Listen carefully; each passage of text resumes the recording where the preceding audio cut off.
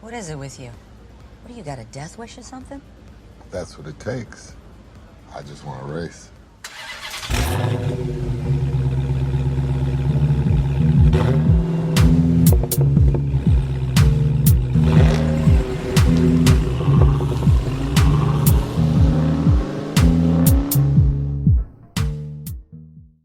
All right, Dieselheads, it's episode 31 of the Chronicles of Diesel, the only show that covers everything Vin Diesel, his games, his movies, his art. My name is Ethan, and with me here to get shot in the blood is Devin. Are you questioning what my body can and can't do? Classic line. I think that's immortalized now. Very corny. It's so corny. Honest to God. Well, okay. There's, I think, a metatextual point there, because I almost said it's almost as if someone that like doesn't really know much about how people act when they have sex wrote that, and that scene was written by the dude, and they made a joke about that later. 6 inches is not a lot type of thing. Yeah. So I don't know. I don't really want to give it credit for that. But today's episode, we watched the 2020 film Bloodshot, a film that kind of kickstarted this podcast series, so it feels like we've come around. If anything, 2.5 years later, it ironic, I guess, maybe, or painfully ironic that we started, like, we were going to go see this in theaters that week, opening night, and that's when everything shut down. And coincidentally enough, I had COVID earlier this week. Oh, so literally that's right. 2 years to us catching up to this movie that we originally did do a special episode. It waited for you, but our very second episode, Bloodshot review. Yes, and now that we're back, it's funny that like this is the movie that we cut. Like I watched while having COVID. That episode had only up until maybe about a month ago when I took down these statistics, 57 downloads on podcast platforms and only 2 YouTube views. So, you know, folks, if you want to like smash that record with this review of Bloodshot, feel free to share it amongst your friends. This was 2020. The pandemic forced us to pay $20 for this movie on Amazon. Yeah, we were about to use AMC A stubs, which indirectly you could argue is around $20 at the time. But we saw Sonic, I think, a couple weeks. That was my last movie, and then you saw Invisible Man, and then that was it. Yeah, and then wasn't our first movie back F9, so like it worked out. Yeah, but yeah, it's been a long time. It actually like I know we've talked about it many times on this podcast. I'm sure many other people talk about it, where it's the pandemic felt both short and long, and seeing this movie, I'm like, yes, it has been a long time. Yeah, it feels. Not old as in like the movies of an old quality, but like it feels like lifetime ago. Like it's been a minute, and I'm like, oh, I do not remember this. Oh, I do not remember this. Oh, I do not remember this. I do not remember this. They're like the twist. I'm like, I forgot about the twist, and then like, dude's in the car, and I'm like, these guys acting a little bit differently. Oh, that's right. This is all a setup. Yeah. Oh, there was this weird nerd dude I didn't like. Still don't. No, he's in the third act. Okay. We are reviewing Bloodshot again, this time within the context of an entire just filmography of Vin Diesel leading up to this point. So like I didn't go back and listen to our Bloodshot review. I don't know if I want to, honestly. I'm kind of scared to. But if I can think back in time to my own personal thoughts, maybe you have something to pull out of this as well. I remember, I think, being like, this movie was just okay. This movie was actually kind of dumb. There was maybe something cool in here, but whatever. I hope we get to watch The Fast and Furious soon, because that's why I want to do this podcast. But now having all this stuff in, like, I am given a lot more context with Vin Diesel's acting, types of characters he portrays. I would say even like this movie begins with him doing a raid in a terrorist area. And I know we're going to talk about Vin Diesel news, but I just, talking about like the evolution of this podcast. I can harken that back to any of the other stuff where even if it was just like that Billy Lynn movie where he was a supporting character that did that. Similar, you know what I mean? Yes, like all this stuff in here, and I'm like, this fleshes it out for me more than like the goofiness It's still a little goofy, but the goofiness that I definitely perceived the first viewing to have been, you know. What do you think? Yeah, I mean, I remember at the time, I think I was kind of in the same boat where I'm like, this movie is okay. They marketed it as a, like, not Marvel movie, but like a at least DC kind of like, he's an anti-hero. He's the cool guy you cheer for. He's the Venom, right? That's the kind of like marketing they were doing for this. So that was the context I think we went into it with.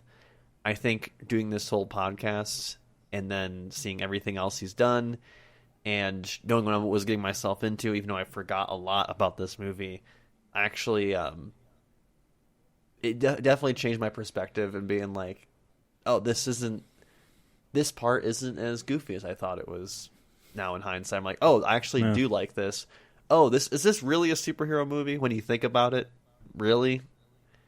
Like they marketed it as it, and I'm like going into it now. I'm like, it is based off a comic book, but it's really it's yeah. not for me. Like I'm like, oh, this movie's more of just a science fiction thriller action movie. Like that's really what. Like I would not like if I did not know this came from a comic book, I'd be like, yeah, this is some just random action movie that maybe was and it has to market itself like a comic book movie or something like that. Yeah. But and then I just think there's a lot of it in there that it just changed my perspective on things, and it's I'm almost curious like, to see where we're going to rank this. That's all I'm going to say. I think it's going to be interesting.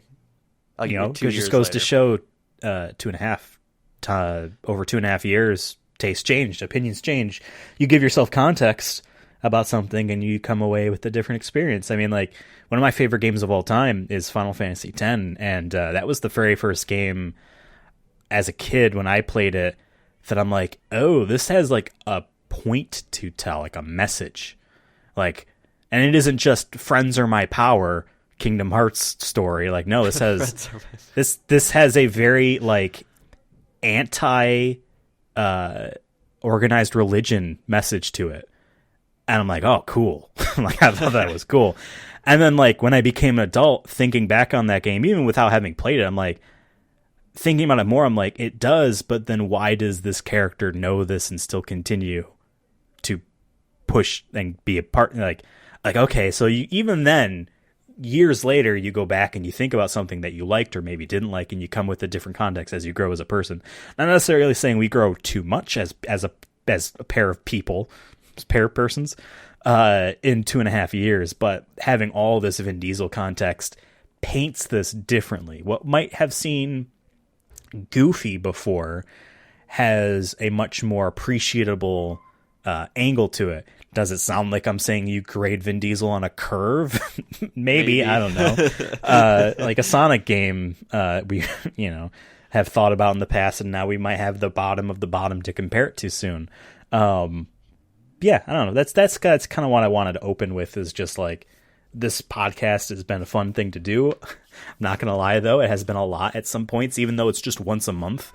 Still feels like a lot sometimes. But I'm glad where we are, where we're at. Quickly comes up on us. Like, fuck, we have to watch Avengers? 3 hours. But yeah, it's... I think I mentioned this last episode, where this is, I think, the last, like, homecoming, I guess you can call it, for us, just because of, like you said, this was, like, right at the start of the pandemic. It was the week of the pandemic where we are like, oh shit, we're not going to go see this. This is crazy.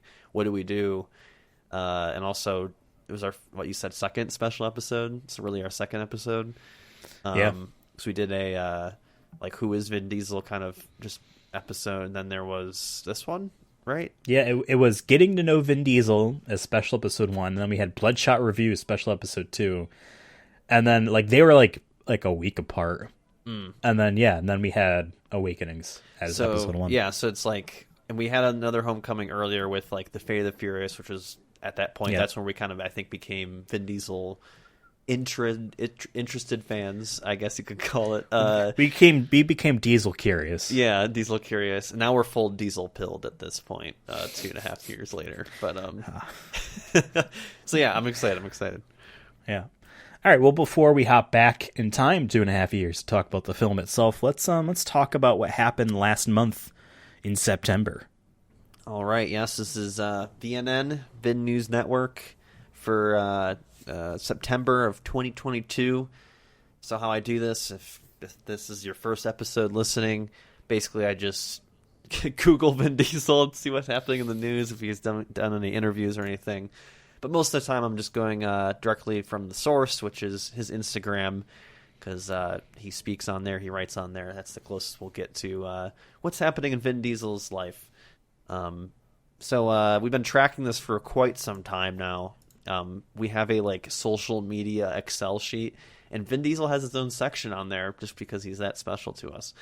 And over time, he's gotten a lot of millions of followers. When I first started tracking this, which was October of 2020, so not exactly started pandemic, but since we started doing this little segment, he was at 65.9 million followers. Nice. He is now at, as of this recording, 83.1 million followers. So he's gotten 20 million followers. He has a small country's worth of people follow him in the last less than 2 years, really. 2 years, because October 2020. So pretty crazy. 20 million people. But that's not what I'm going to talk about mostly here. He did 7 posts on Instagram. Some of the stuff we've seen before, where it's just a fan art that he's reposted or whatnot. But there was a couple in particular I want to talk about. The first one was, I don't remember talking about this. I think we just missed it on the cutoff, but it was technically in August, the last day of August, which was a little bit after his birthday. He shared a picture of and I think you'll appreciate this, Ethan, as a dungeon master. A player's handbook cake, birthday cake. Okay, I'll put it in our little chat here so you can see it. But it says, I started playing D&D when I was 12. So on his birthday this month, it was surreal to have this be his birthday cake. Haha. All love, always. Oh, wow. Happy birthday, Vincent. Even the note is made out of that edible. Yeah, it's really well done. And it's thick, too. I like how it's a big... Oh, it's a cake. Multi-layered cake right there. Right? Ain't no cookie cake. Ain't no cookie cake. So, yeah, that's cool. And then it was Paul Walker's birthday. Obviously, he passed away years ago now at this point. But every year he posts about Paul Walker, who he calls Pablo. And he did this video where it's him on the beach at night, and there's some gospel music playing in the background, and there's the waves crashing and whatnot. But he in it just, I think just off the cuff, was just talking about where he's at right now, and also just talking about how much Paul Walker meant to him. I'll quickly recap it. I just recommend just watching it if you're interested. And I do think it's important to talk about, just because I think that is part of Vin Diesel's career journey, is Paul Walker, obviously with Fast and Furious. So the reason he was at the ocean at night was because him and Paul always talked about how that's where they believe angels can speak to you, where you can connect yourself spiritually. So he went to Paul's Beach. I don't know if that's a place that they would go to. He didn't say specifically where it was, probably also for privacy reasons, but mentions that. Right. But he said, he says actually this week he said he was following Paul's footsteps of making the first eco-friendly studio in the Caribbean. He actually had a meeting last week, he says, about it. And then he talked about how in Santo Domingo, Paul Walker was the first one to answer the call after Haiti needed assistance after an earthquake, saying that he was the only one that really showed up for that. I don't know the full context of that. I don't know if Vin Diesel was in Haiti when the earthquake happened and was helping with supplies or whatever it was, disaster relief. But I thought that was interesting. We talked about, which we've mentioned before a while back, was that he actually walked Paul's daughter down the aisle during her wedding, which was on the beach as well. So that's part of, I think, the reason, too, at the beach.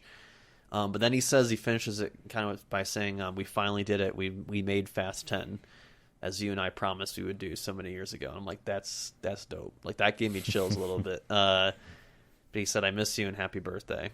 So he posted that video. It's like about, like, I want to say 2 minutes.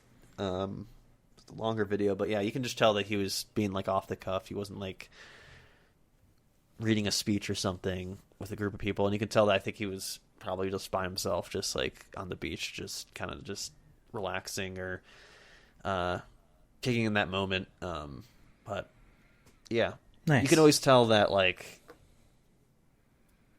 we've always said this about He's Vin sober. Diesel. Vin Diesel. Well, we always said this about Vin Diesel, is that, like, the whole family meme and whatnot isn't really a meme for him. Like, I think he really does, like, give a shit about the people that are close to him. And sometimes That's like the campiness of it all. Like, yeah, it's earnest. It's just corny, but it has heart, so it's endearing. Yeah. So shout out to Vin, obviously. And then he did a post, which picture of him and Jordana Brewster, and he says, "Proud of you. When you are happy, I'm happy." And he said #family, and everyone was just writing family in the chat, which I thought was fantastic, as always. Then we get a little flashback. Well, it's not really a flashback as this happened, but a flashback to a movie we covered with these guys in it. So there's a picture of him and Michael Caine, our guy Michael Caine, where he said, one of the best things about filming in the UK, dinners with my dear friend Sir Michael Caine, who adoringly refers to me as his son. All love, always. And it's a picture of them both just smiling after it looks like they had a couple bottles of wine or whatever, a couple glasses of wine. I think it's great, because that was after the last Witch Hunter, which we saw them in, right? But just cool to see that. And then posted a video just about the hurricane. So I don't know, I might be living in Florida this whole time. I always thought he was an LA guy, but he might be a Florida guy. We just like a did Miami dude, a slow motion video in black and white of just, like, near his place, it looks like, of just the hurricane going through. He says, no power, no water, roads closed, and yet there was something so beautiful about being in the center of the hurricane. Wisdom is more easily recognized. Life has a way of forcing you to take a second and reflect. The clarity that comes when nature roars, gratitude. Because when rain falls, it don't fall in one man's house. We're all in the same boat, same planet, one people. And this was a week ago. So, cool. I don't know if it's the same. A week ago, I guess it could be the same hurricane as Florida. But it also could be Cuba and whatnot too, the Caribbean. And then right, also a week ago he said, excited to return ... Furion, however we pronounce it. Right, and it's right, a right. picture of him with the goggles on, and he's our boy there, as Riddick. Yeah, so that's an old photo too. That looks like a that looks like a Pitch Black. Yeah, Pitch Black shot still. Yeah. He always shows that. Like, once in a while, he'll do, like, a little Furion reference or just Pitch Black reference. It makes me think that we're going to get that. Maybe not, like, next year, but, like, it's coming. So, I think Fast 10 is probably the biggest project on his plate right now. Yeah, and let's speculate here for a second, because let's say he actually means it, that, like, Fast 10 and the film after that, Fast and Furious 11, are the finale. Obviously, we know Universal's not going to let that down. Universal's going to continue that. But let's say it's his last. It gives him time to actually work on other movies. So, like, I would imagine, this would be the next big thing for him. I would like to see a sequel to Bloodshot. I would like to see a sequel to Last Witch Hunter. I was going to ask. I'd like to see another Triple X. I was going to ask. I thought, if I remember correctly, didn't we hear that there was going to be a potentially second Bloodshot? Just I need footage to know that they actually filmed something before I actually believe it, Yeah. Because movies get announced all the time. That's like, they're the opposite of video games. Video games get announced when they know for a fact they have enough stuff to show you. Movies get announced when they decided it's a pretty neat idea. Yeah, it says November 9th, 2020, Bloodshot 2, Vin Diesel back for the sequel. Bloodshot gets another chance. So that's the last time it looks like that we've heard of it. So, like you said, until we really get either him announcing it or, you know what I mean? Like I feel like it's kind of hard to believe. We have stuff on the docket that I have planned out for this podcast that, like, is there really going to be a Furia movie? Probably. What about Triple X4? That was just said at some point. He doesn't really talk about it. You know what I mean? Yeah. Like, we know the Guardian stuff is happening. The Arc 2 is because happening. it's being filmed. But, you know? yeah. I don't know. It's just... And, like, he brings up Last Winch. I just think I did that a lot in the episode.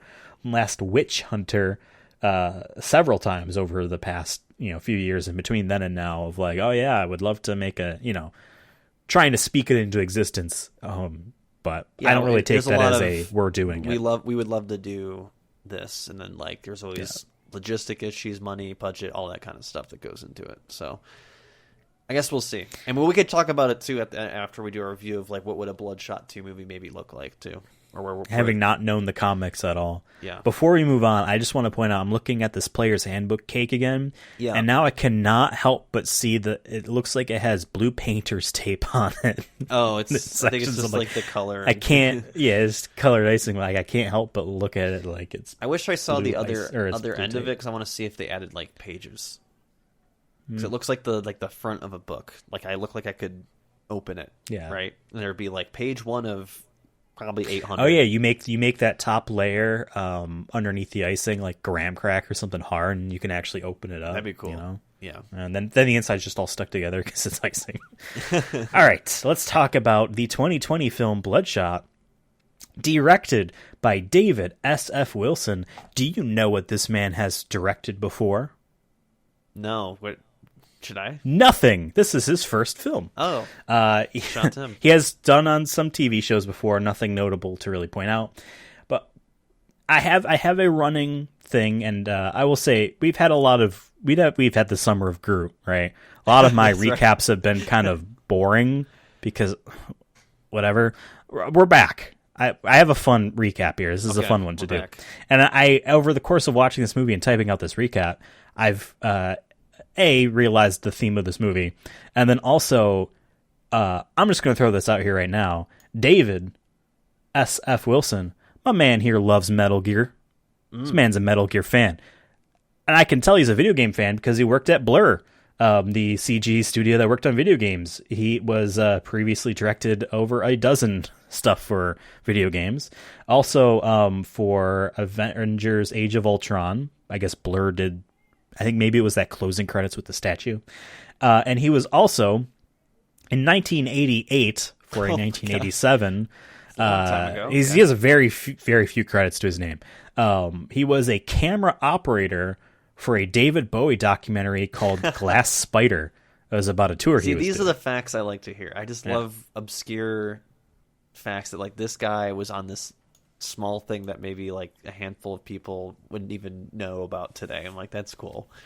He's credited as a camera operator, and I love it because you got to fill out your IMDb list if we all have a resume that we need to fill out. All right. So number one reason why I want there to be a sequel is because I want this man to have another movie to direct. It's kind of cool. I don't think it was bad. I feel like we have a lot of just on the Sonic Movie Show in general, and with this show, we have a lot of like first-time directors, because Sonic Movie Show is also, or the Sonic Movie and the Sonic Movie Show both had first-time directors. Yeah.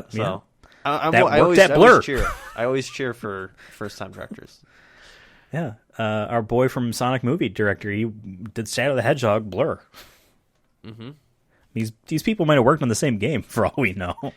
They could have been roommates. Well, I don't know if it works that way.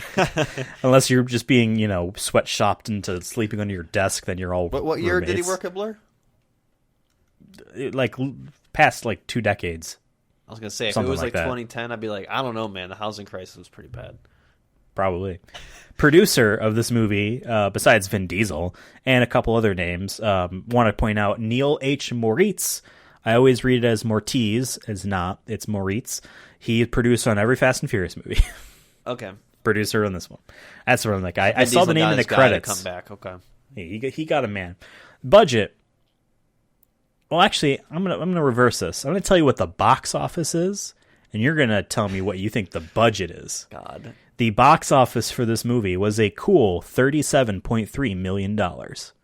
Higher than I expected, to be honest, because I think this movie came out and immediately got, not canceled in a political sense, but like we gotta shut this down. It also got canceled politically. Its theater run ended swiftly. What do you think the budget of this movie was? I don't know, like 70 million, 80 million, 45. This got close. Oh, so they almost made their money back, at least from and theater people point of view. Definitely bought it on digital and stuff, so it made its money back. They got $40 from us. We each paid $20 to buy the movie.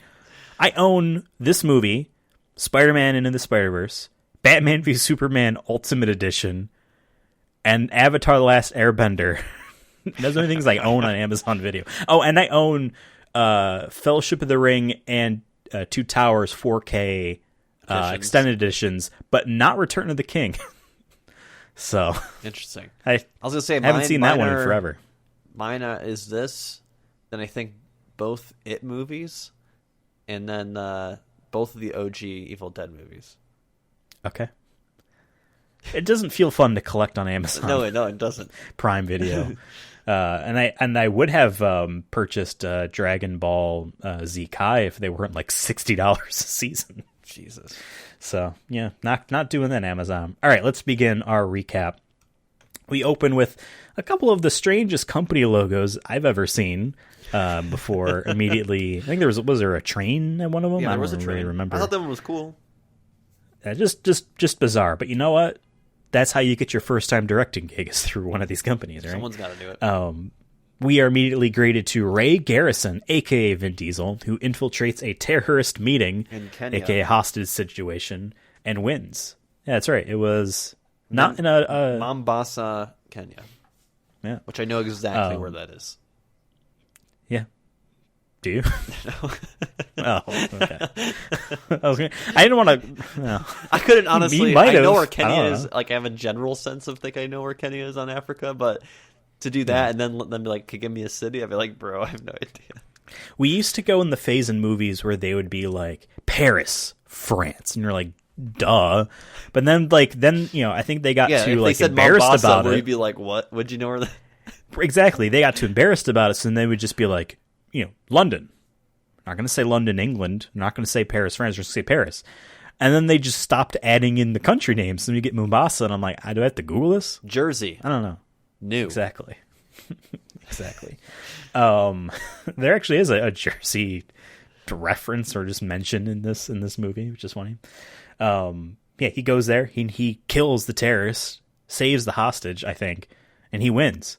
He heads back to the land of the free, a sepia-toned military base runway, and then to the Amalfi Coast in Italy. He missed the duty first, which is just awful. Oh, I hated that. That was bad. They made that up for this movie. Like no one. They made that up. They should start doing it because that's so cringy that I think less people will join the military. So I think they should keep it up. That's like that's like a DS version of the Call of Duty's version of saying Semper Fi. Yes. Duty first.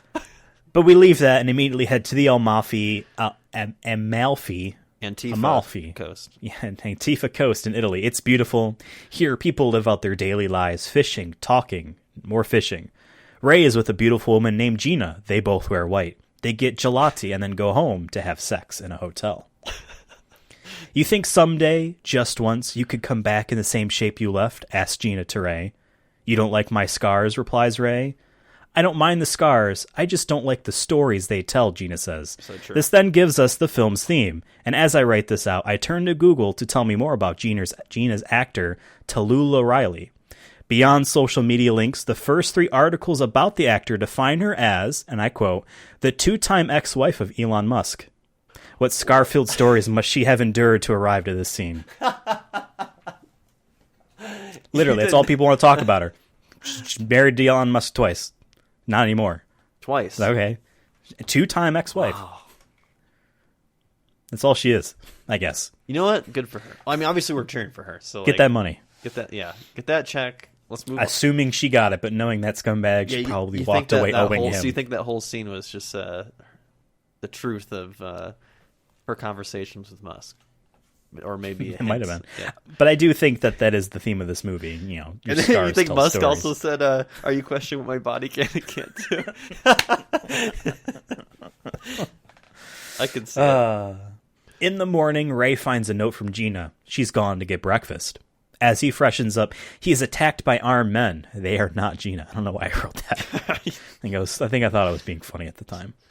He fights, does some damage, but eventually is drugged by a suspicious man. He did throw this dude through a toilet, which is like, I'm assuming they all lived, or like afterwards they could talk about it. I don't think that guy is saying that like he was thrown through a toilet. Like maybe the sink, whatever, but his head went through the toilet.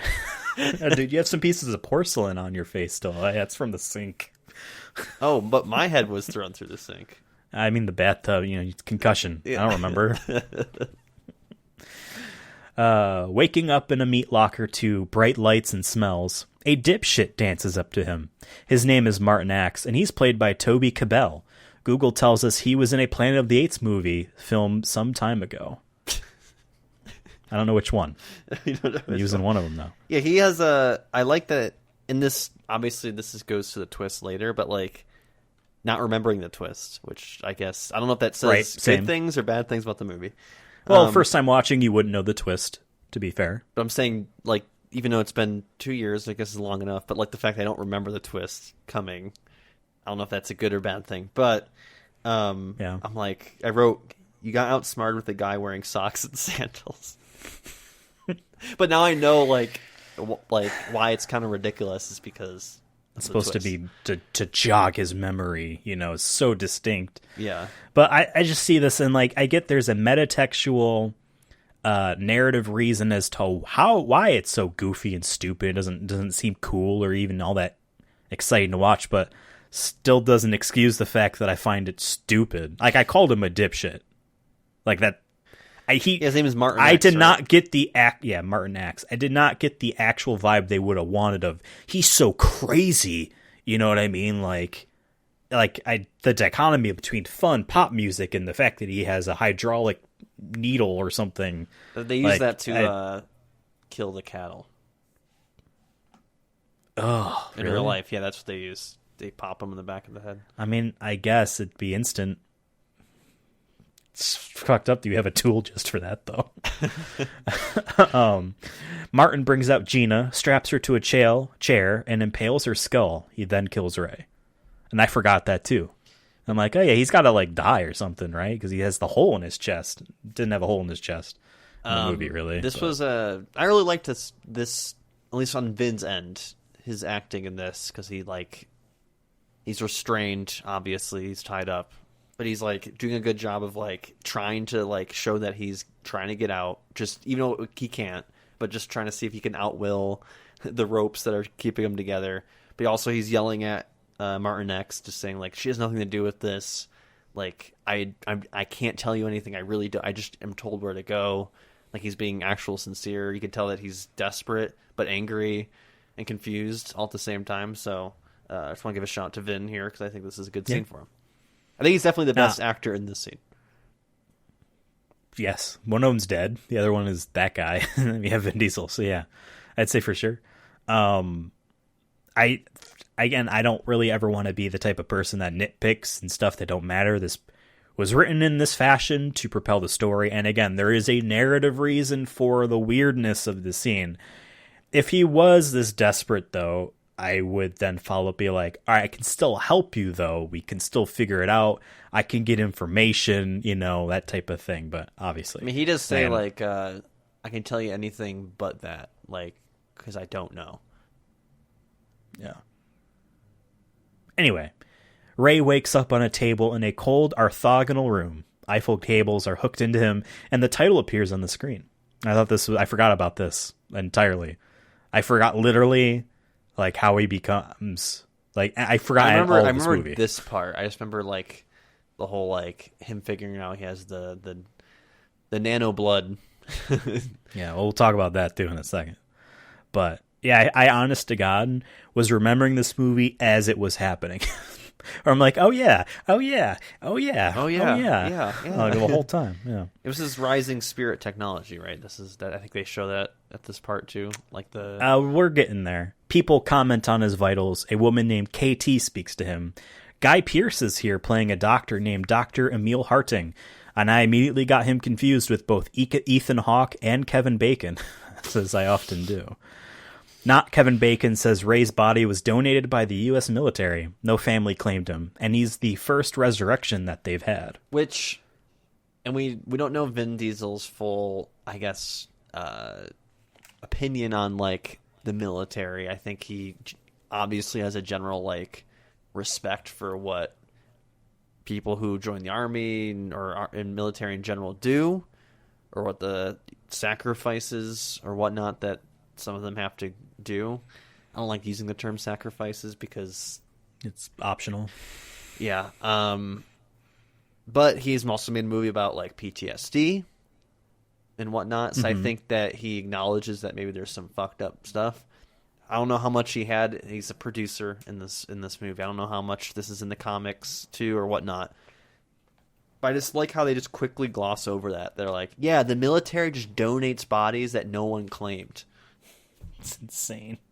And this is the same that, like, oh, we really care about the troops, where we put the American flag on the coffins when we send them home, kind of thing. And it's like, but no one wants this one, so let's, like, I don't know. I like how they just quickly. He did say it was apparently a choice. It was either here or Arlington, so I couldn't necessarily have been entirely donated then, because there was. It was a just choice a in the weird matter, thing that they just quickly glossed over. Where I'm like, there's a issue there.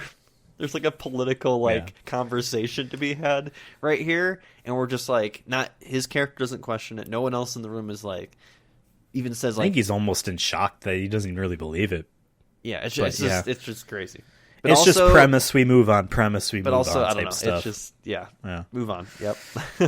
Ethan Hawke's doppelganger says his company, RST, works on enhancing U.S. soldiers.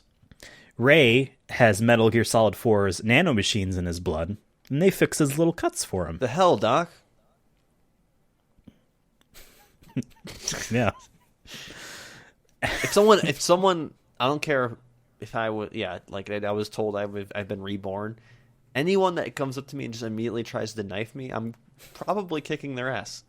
I respect his character, Vin's character's restraint here, where he didn't just immediately, like, put his head through a toilet. There's just that toilet appears behind Guy Pearce every time. Just smashes his head in there. Guy Pearce has a robot arm and then introduces us to the would-be Metal Gear Solid villains under the guise as allies. KT is an ex-Navy swimmer. She now breathes through a hole in her chest. Tibbs was a marksman who became blind, so now he has GoPros above his nipples.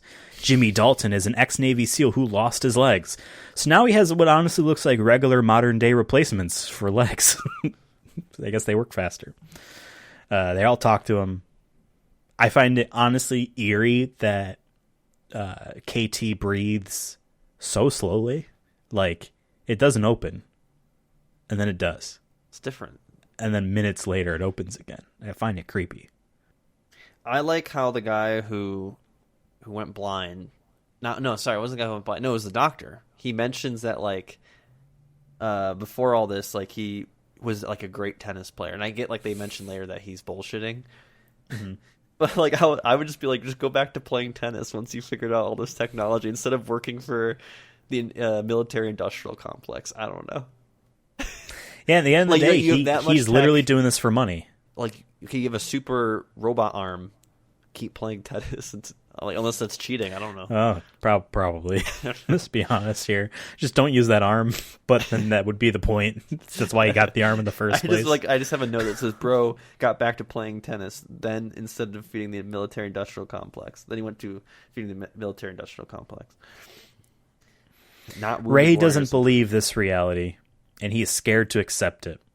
Flashbacks of the night he died haunt his dreams, so he remedies this with a workout. He's strong now. He punches really hard. He almost takes down the entire ceiling. I was a little nervous of him punching that. I'm like, they got to be nervous about that. That room must be staged. Like, none of this is load bearing. You know what I mean? This is where he's going to come to figure out his power. The only pillar in that entire room, right? And, right. like, they're in, this like, a concrete. And they're this big underground like complex. Yeah. It's like, yeah, we sure about this? He gets a little tired from that though. He sits down. KT does water aerobics and Ray watches. He's never seen anyone fake a kata underwater before. I'd like to take credit for this joke because I wrote this before getting to the part where Ray actually called it a kata underwater. So give me some credit for that. Okay. I had to Google kata. I'm like, that is what I think it is, right? When you just do like the routine. Okay, the karate routine. That's what she did. She did a couple punches underwater. Not really going to take anyone down underwater with punches, though. KT has embraced her cyber lungs and give Ray a coin. A Halo character once gave her that coin, and now she is Ray's Halo. Master Chief. Yeah. They get a drink, and music jogs Ray's memory of the night he died. And then he leaves. I wish he had a Corona Light in this. Missed opportunity, in my opinion. Oh, yeah. Missed a Corona. opportunity. Maybe they get Yeah, the well, rights it was to just this one. some vodka or something that was Yeah. just some hard liquor poured. I know what I like, but you guess you got to figure out what yours is. Honestly, that'd probably be fun if you Dude, had nanites get drunk. they just stumble Like, around. does his body start, he gets a blood clot because of it. Well, like, his whole body is made of it, right? So, like, I just imagine, like, if all his nanobots got drunk, they'd be, like, he'd be like rippling. Like, he'd be like a walking puddle or something. It is weird because visually, that's what it looks like. Because he gets blasted apart and reforms. But they go out of their way to say it's just his blood. But doesn't make any sense. It's his, like, flesh and everything, though. Right. Weird. He's a pile. Ray steals a truck. He's a pile of bots, really. Yeah. It's a miserable little pile of secrets. Ray goes trucking. Dr. Harding, along with some guy named Eric, opens Metal Gear's codec and calls Ray. Ray remembers his wife, and he remembers his killer. He uses his brain and the supercomputer at RST to scan for Martin Axe's info. He then takes a plane. Yeah. He uses his brain to scan a manual for the plane. It has 261 pages, and he reads them all really fast. And he's just flying this plane. It's pretty cool. Again, like, I forgot that this was all staged, so I'm like, this is just so damn convenient. And, like, I give it credit for it because that it is on purpose. Yeah, like the whole time I'm just know? like, why aren't they stopping him? Like, how did they just let him walk to a car with keys? Like, it wasn't like he hotwired it. He grabbed the keys, grabbed his bag as if he's leaving a hotel. How convenient that they leave a truck with the keys there. How convenient that he's apparently able to just find a plane nearby with no one guarding it that has, I imagine planes have some sort of key, right? They have to have something that, like, if you don't have it, you can't run the plane. Something, a key fob for a plane. I can't find the key fob, folks. We're stuck here in Atlanta. We're not going back home. Yeah. Now in Budapest, he hunts Martin Axe by scanning for a group of cars that drive close to each other. I love that. He pings very, laboriously, but it's all supercomputer, every car in Budapest constantly. And the assumption that he'll find a convoy. What if they stayed home? You're just assuming that they're going to be out on the town? Maybe there could be, a prime minister. I don't know if like what the political situation is in that part of the world, but like some important leader somewhere is getting a convoy. Be like, hey, follow me. We're going to the club. All right. It's not on Google Maps. It's a busy city. It's not on Google Maps. Only my friend told me about this. Yeah, it's stay like real side close. Street. Yeah. Don't get lost. He just flips a truck and kills innocent people, assuming it was Martin Axe. Having found his victim in a tunnel, he Batmans the lights off, somehow, and flips a Fast and Furious 4 truck over into the convoy. It's full of flour. I did think of that Fast and Furious 4 truck that tumbles as a tanker truck. This one's full of flour, which is weird. But it was a cool visual effect. I'm not going to knock it, how weird it is. I'm sure maybe the comic book page is the trailer, I flour. thought it was like ash, right? Like you thought like they were in like a factory or like the place burned down or something in the trailer. That makes sense. Yeah, it winds up working really well with like the cinematography for this whole like section. I do feel like it dragged out a little bit too much with like they shot him, he's down, but then he's not down. I wish he was just like Batman where he just took them all out. There was no like moment of him getting knocked down and like faking it or whatever he was doing or recharging. I don't know what he was doing. But I kind of wish like that part wasn't there, and it was just him like, because it was really cool when like it's in slow mo and he's taking the shots and it's just the blue lights from the headlights behind him, and then it's the flare and he's just kicking ass. I think that was dope. I wish we got to that a little bit quicker. I agree. And there's another point. We can talk about it, later too, but I guess I'm just reminded of it now. People in this movie observing him, I guess, witness him do clever or smart things, and they tell us that he did them. We never see Vin Diesel's character, Ray Garrison, think about scanning for 5 cars grouped together. Or think about, I'm going to play dead at this mansion so that they drag me inside. He just seems like he literally is, you point me in the direction and I do the thing. I don't perceive this man as a tactical thinker. I think of him as someone that gets told what to do. So we're always just told that he does all this stuff, and obviously we can see like in a computer monitor he does it. Honestly, there's almost like a Terminator kind of aspect to it, except for there is obviously more sentience and conversations happening with this. And he has a personality. Yeah, but it's more sometimes. like I agree with what you say, is that most of the time throughout this film, it's like we're being told by other people, that like, oh, he's doing this because he's doing this, like instead of just like letting him do it. There's our notes for you, David. For the sequel for this, if you make it, and I hope you do make it, show don't tell. I know it's a cliche writer school tells you, but it's important. Show don't tell. The crew tosses flares around, and one of them doesn't go off, and then it cuts to the same scene again, and it's back on. Definitely kept a shot in there where the flare got snuffed out. Oh, it happens. It happens. It was in the middle of the screen. So Ray attacks the main car, but is shot down. As the crew sweeps the area, Martin Axe. Sandals. Just call him Sandals. Martin Sandals acts all nervous. Perhaps he's not a Cold Stone killer? That was about the time I realized, oh, wait a second. I think I remember this twist. Ray attacks... Oh, I already read that. Ray is back and takes out each dude in multiple ways. He flips them, he stabs them, he shoots them, he punches guns in half, he gets shot and doesn't care, all covered in flour. As Ray goes to kill Martin Axe, Axe says that Dr. Harding is lying to Ray. That doesn't stop him. That should literally make me think why but it's a vendetta. I get it. So yeah, he dies. I like he draws the smiley face. That he takes, like half his face gets like just messed up, and then it immediately That's a goes Mortal back. Kombat X11. Yeah, fatality slow-mo thing for sure.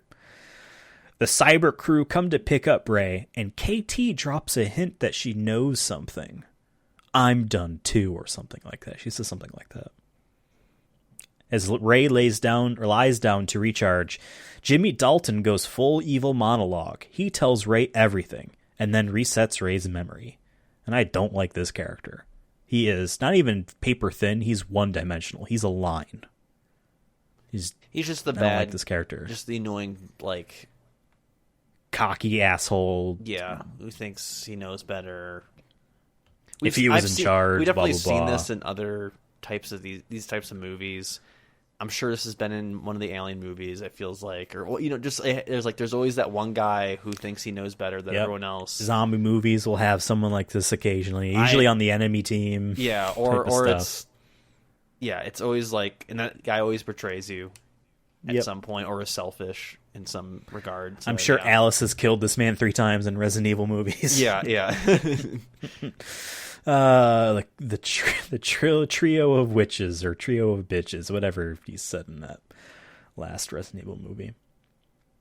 Any case, yeah, I thought this was weird that because he feels comfortable and safe just telling him everything, but I'm like, this dude is just so paper thin that like I don't see a reason why. I'm not convinced this man needed to do this for his personal psyche. He clearly does it a lot because he has the gum on the bottom. I liked that. I liked that. But it's just like, does he do this every time? That's a little sadistical after a while. Just like so far. I mean, I think they kind of established that no one here does anything. They just boot him up, turn him on someone, pick him back up again. They're all just actors to convince him enough that, yeah, you're in on this thing. But then they also, at least she, well, there's the blind guy. Obviously, you can live without sight. Not being able to live without lungs is kind of hard, so she needs her thing. Man, living without legs, you could obviously a remedy for that as well. She, like the other two, could probably leave if they were up to it. She can't, you know what I mean? So she's at least trapped there. But, yeah. There's actually a pretty neat video game level editor sequence here where they show recreating the entire thing. Totally forgot about this, and I'm like, wow, this is really cool. And it visually looks really cool. Maybe because he worked at Blur, he has an understanding on wireframe CG stuff, you know? I don't know. Yeah. I was trying to pause to see, is this actually like an engine? Like, is this Unreal 4 or something like that? Probably not. They probably made it from scratch for, sake of not having to license something like that. But, yeah, cool. Obviously, they must be using ultra mega computers if they're able to render things during runtime and not like in between starting the simulation. It's the new it was Source cool. That's coming out soon. It's oh my god, just like that. I'm so fucking tired of hearing about Valve tech. Besides their VR and their handheld, I don't want to hear Source anymore. Who gives a shit? My god, I have this thought like once a month now. I'm like, Half-Life, Portal, Team Fortress especially, none of these would be nearly as remembered fondly in normal gaming conversations today if it wasn't for the fact that it's made by a PC platform distributor. Yeah. No one actually cares about Team Fortress, but why are the memes still around? Because that's all. It's like if Nintendo had 3 games. We're going to talk about these 3 games forever. I mean, to be fair, whatever. you have Mario and Zelda. Yes. Okay. Anyway, KT arrives and observes. Dr. Harding comments on KT's "I'm done too" comment. KT brings up a man named Barris, and she knows she can't leave, and she almost suffocates. Or no, that's later. Dr. Harding reminds KT about the entire premise of their business and that they're going to sell this tech. He then tells her to do some housekeeping. Just prep his room for him. Clean his room. Yeah, this guy sucks. Yeah, Guy Pearce, you suck. You're not your actor. Wait. Emil Harding, you suck, not your actor. That's what I meant to say. Eric, the computer guy, who I imagine is Pakistani because he says he's from Jersey, and there's a lot of Pakistani people that immigrated to Jersey. So he's a computer guy. He replaces Martin Axe's face with another RST employee. This one's named Barris. KT is setting up Ray's room and finds her Halo coin. Got to get that coin back. How does she know that he's always going to leave the coin behind? Maybe they have a bunch of them. I don't know. Maybe they have a bunch of them. Here's your prop. Hand him this coin. It says Master Chief on it. He's got the green helmet. That's what I want. Master Chief coin. We can look up on eBay. I'm sure a collector's edition of Halo 3 or something had a commemorative coin. This is the Master Chief. I want to advertise to me like they do with those. This U.S. dollar was made, and there's only 60 of these made, and you can get your hands on it by calling this 63-year-old dude. Yeah, who doesn't talk to his kids. Hasn't met his grandkids. Is like, I should do that. It's always like, the $1 coin, but it's like $80. Something stupid. And they're like, oh, you could always do the 4-month repayment plan if you can't afford it. Like, which that was sad. How just ugh. Just they I want one that's just like they advertise it like that, but it's just clearly like just Master Chief on it. Heads is a not profile and not straight on Master Chief helmet, but like 3/4 turn. Yeah. And Tails is thumbs up, the green glove, metal glove. Yeah. That's what I want for Tails. Yeah. Okay. Jimmy Dalton asks Eric how he got Barris's face, and Eric says it was from the phone call that Martin Axe took before being killed. It's cool. So they don't know everything. They have to piece things together. You know what I mean? We get the entire setup sequence again. The whole beginning since Ray woke up is repeated in a montage. And there is a little bit where, like, passive aggressivism from KT where she answers Ray before Ray finishes his sentence. And you can see Guy Pearce giving her the stink eye. Yeah. Don't fuck this up for me. You know what I mean? During the part where Ray steals the truck, we see the scene from Dr. Harding's room as he repeats his script. Jimmy Dalton is a dick, and showing that some anger has built up in him over these many sequences. He's just a dick. He's just so upset. Yeah. I also kind of realize he kind of reminds me of box art Cyberpunk 2077 character. Kind of, yeah. Dude. Especially like in the... At least I remember one of those original trailers. The man had... in like one of the first trailers for the game, and maybe it was in an early sequence, maybe it was also a commercial, like coming out of his arms were like these accordion style like fold out blades. Yeah, in the game reminds me of this you guy. can get like blades and shit. I never did that because I'm like, I just want to shoot things. It's gonna be the cool guns. I should go back to that game sometime. I own it. I got it for dirt cheap. I put like 30 hours into it. I got to this one part, and I'm like, oh, I'll finish. Like I was like mid mission, and I'm like, oh, this seems intense. I gotta go. So I paused it, and I haven't gone back. And I'm like, it's so far at this point. But maybe. Yeah. Also, not Jimmy Dalton. Jesus, what's his name? What's this guy's name? Dr. Harding. He's like trying to like. They really wanted to hammer home that this is a script they're doing. So now, unlike the first time, which felt flawless, now all of a sudden, like, we're just having some issues with how we deliver the script here. It felt weird to me. Or just felt, I don't know, weird. Any case, Ray arrives at the mansion holding his target. A man named Wiggins is inside and brings Barris a case containing an EMP that can take out Ray. And I do not like this Wiggins guy. I don't hate him, but I don't like him. I don't like this character. This man is too important to be introduced in like the third act, in my opinion, or end of the second act. I feel like this guy has so much screen time and dialogue and just part of the script, and he's so pivotal, and he doesn't fit in with the rest of the cast and the tone and anything.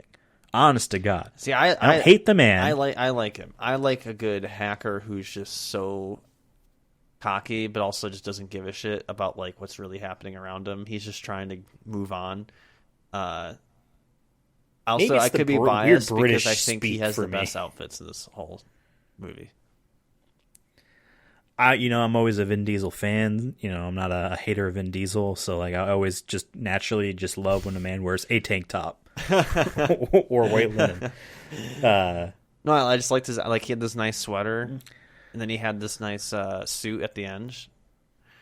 So I just really liked his. Guy outfits. Pearce wears suits, right? Yeah, but like, KT wears lots of belly shirts. It's sort of like athletic, military athletic garb. It's like the weirdest way to describe it. It's like if Nike worked with Go Army, like that's the kind of stuff they would make together. Like, hey, we're no longer wearing camo. This is the stuff we're wearing in Iraq now. We're all special ops. Oh yeah, what didn't Jimmy Dalton claim he was on SEAL Team 6? Yeah. Yeah, whatever. In any case, Ray eventually kills everyone, and Wiggins sets off the EMP after Ray kills Barris. Wiggins wakes Ray up and tells him that he's been a puppet for the RST to wipe off its defectors. He sets Ray up with a satellite phone and a Porsche 356 Speedster, and Ray searches for Gina. Yes, I Googled what that car was. I found an article from these car-loving people that went through a whole bunch of movies and said, this is an extremely rare and classic car, and they destroyed it in this movie. And this was first on the list. They're like, that's a Porsche 356 I both feel Speedster? for them, but I also think that's hilarious that they're like, fuck your material goods, and we just destroyed it. There's only 3 of these made, and we blew one up. Good. Fuck you. Also on that list was Batman's Lamborghini in The Dark Knight. Just like there's like 8 of these or something like that. Yeah, I get both because I think I don't know, I just after watching all these Fast and Furious movies and like playing Gran Turismo and stuff, I'm like, I can appreciate like what people see in these, but also like we need to like stop being so materialistic. So it's like it's kind of funny to see people be like, no, there's only 4 of these cars made and then they blew it up. I'm gonna throw this out here. If Gran Turismo exists, that means that there is extensive cataloging on the parts and the make of the entire cars that the games like that, really showboat. Which means that at any point, if someone really wanted to, they can make the car again. You can make a Porsche 356 Speedster. Yeah, it's a 2022 creation These of this companies also 1990s car or whatever. Somewhere. It's not like right. It's not like source code from a 1980s computer software no one cares about. Yeah. You know what I mean? Like they can make another one of these. So I just think that keeps the funny to see people get mad sometimes. Yeah. No, you can't do that. But I did. In any case, the Giga Chad destroys the cars while the virgin car lover cries on Tumblr. In any case, Tibbs and Jimmy Dalton go hunt down Ray. In England, Ray finds Gina, who has moved on and has a family. It's been 5 years. And he's like, she has a British accent, which she definitely did not have before. I also misremembered during this part. I'm like, oh, that's right. He thinks the kid's his, and she tells him no, and that doesn't happen. I don't know why. Maybe I just assumed that was going to happen the first time I watched the movie, and then therefore cemented that as memory. She just says, you know? go to your dad. It's just suggesting that it's not. She moved on, but still stays in the same place because it. Well, no, he searched for her. Never mind. Yeah. I like this scene. And Bryn noticed this while watching it. Uh-oh. Bryn's like, why does Vin Diesel always do that like whispery, high pitched voice when he's like trying to be like sincere? And I'm like, I think it's just like how he honestly probably just talks when he. Back. I think that's just how he talks, and I didn't really like pick up on it too much. I've definitely seen him do it before. I don't hate it or anything, but she like kept asking me. I'm like, I don't know. Ask Vin Diesel. I have no idea why. Hey, you're supposed to know. You've been 30 episodes of this show. More if you count the specials. There's definitely times in like the last year where like someone made a reference to Billy Lynn's halftime walk, and I'm like, holy shit. Someone else is I'm one of the 4 people that watched that movie. Because they're like, it was on a Funhouse video, and they were like talking about like pretentious movies. Like, oh yeah, I remember this one movie where they like shot it in like 120 frames per second, and I'm like, is that Billy Lynn's? They're like, what movie was that? They're like, oh, Billy Lynn's. I'm like, yes, I knew that. Wow. Speaking about high frame rate, I did not go and see Avatar in theaters. I'm blue pilled, or whatever. Yeah, the Avatar blue people pilled. Oh, you Navi pilled. That's what I meant to say. You're Navi pilled. Yeah, I'm Navi pilled. I used to hate that man, and I used to hate his movies. Fuck it, I'm a fan now. I don't give a shit. You're embracing it? I was secretly a hater. I was a poser. Fuck it, I love it. I want to see it because it's in 4K now for the first time ever. But the sequel is in 48 frames per second, and I am so down. Because I was looking up because, like, okay, not for everyone, and it's weird to see movies in, you know, a new format when they've always been in another thing. Being game lovers, I love my 60 hertz. I wish I could experience the 244 hertz that some PC players can have. I guess I could just not get a car and buy a monitor instead. You know what I mean? So but that never bothered me. And I remember I saw the second Hobbit movie in 48 frames per second. I don't remember much, but I don't think I disliked it. But you can't watch those movies in 48 frames. And here is why, because I Googled this. It's impossible. Now, people have like done AI interpolation stuff on YouTube because YouTube supports different frame rates. People have taken the trailers for The Hobbit and like added in extra frames, so to speak. Not what I'm talking about. You can't get a Blu-ray that's 48 frames. The format does not support that. It supports 24, supports 30, it supports 60 exactly. You can't divide down into 48. Interesting. So they would have to either, like a Netflix or some sort of digital distribution would have to support that infrastructure to beam that to your TV, or we'd have to make a new format. That sucks because I want to see those movies in the high frame rate. So when we ever do, when we do our, if we ever do like a Blu-ray movie, we got to make sure it's in those frame rates. Exactly. I thought that we could do our own Billy Lynn episode one day where we shoot it at 120 FPS. That might be fun. Get a $500,000 camera, shoot an AK-120 frames like a second. random one-off episode. We could return it, right? It's like Target, right? You just buy it and be like, I just need it for this one thing, and then go back and return it and get your full money back. This movie was shot in 8K, so that's cool. It's all the nanobots. Exactly. You can see all little different pixels. That's a nanobot. Well, people don't know this, that it's not Vin Diesel standing there. It's he's green screened in. He's nanobotted in. Absolutely.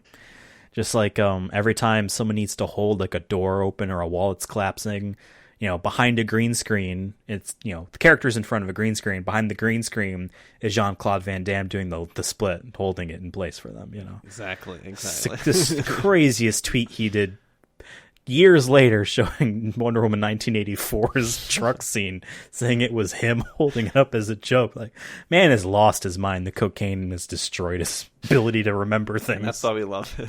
I love the man. You have 3 inches away from your left hand a Blu-ray featuring him. And I still love that he got mad that like he didn't realize that, because he was supposed to be Predator,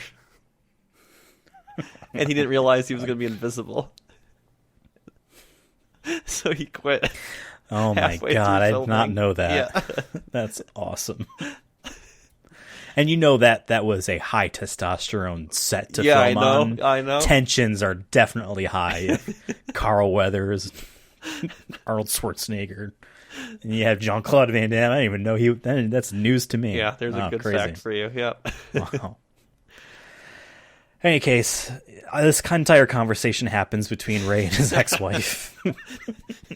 And Ray leaves and is attacked by Jimmy Dalton and Tibbs. And I do love this chase scene. I love that. And again, granted, this is based off a comic book. I don't know to what degree. If you look up what the Ray Garrison looks like in the comic book, looks like shit.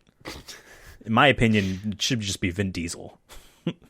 He's got like, he honestly looks like the Japanese flag. Like he's all white with a red circle on his chest. Oh yeah, that's right. And that's why they're the glowing thing. Fuck it. Vin Diesel is the new. Get rid of the comic book variant, Valiant, whatever you are. Ugh. I don't really care that much. In any case, obviously these characters are based off the comic to some degree. However, I definitely look at this as like video game like boss design. Totally. You got a guy on a bike that's chasing you down that has drones in the sky he can see from, and he's relaying information to a guy that's faster than him that's chasing you down. I loved this entire scene. I wish this went on longer than the tunnel scene. You bring in some new like variations on challenges or whatever in this setup here and stretch it on a little bit longer. I would have loved it. Should have walked through he had to like run through a crowd of people or something. Yeah. He disperses into mist like a vampire, but a mist of nano machines to pass through. Or he gets on a train or something. Something. And then he has to get off the train and jump off the train. Yeah. He passes Brad Pitt in the train and Hugh Jackman on top of the train with his claws stuck in the roof. There's zombies on the train. Yep. Everyone's there. It's just one big ass train. Harry Potter's on the train. Yep. I'm going to go to trans school or turf school. That's what I meant to say. Don't say that to J.K. Rowling. She sucks. Fuck J.K. Rowling. She's a bad writer anyway. KT is sent. I skipped the thing. Ray kicks Jimmy's ass by letting him get hit by a truck, but they successfully take Ray out anyway. They had a knife that just a little EMP knife or something. Which sucks. That's how if they had this in the end of Nier Automata, they could have taken out all of the infected androids and saved them. Could have. Just saying. I had that thought years later after playing the game. Like, oh man, that'd have been a cool thing to do. The game's real sad. KT is sent to take out Wiggins, but initially refuses, and Emil Harting removes her ability to breathe for a bit. And it's scary as fuck. Yeah. But she's still making mouth noises, but like scary as fuck. And KT then goes after Wiggins.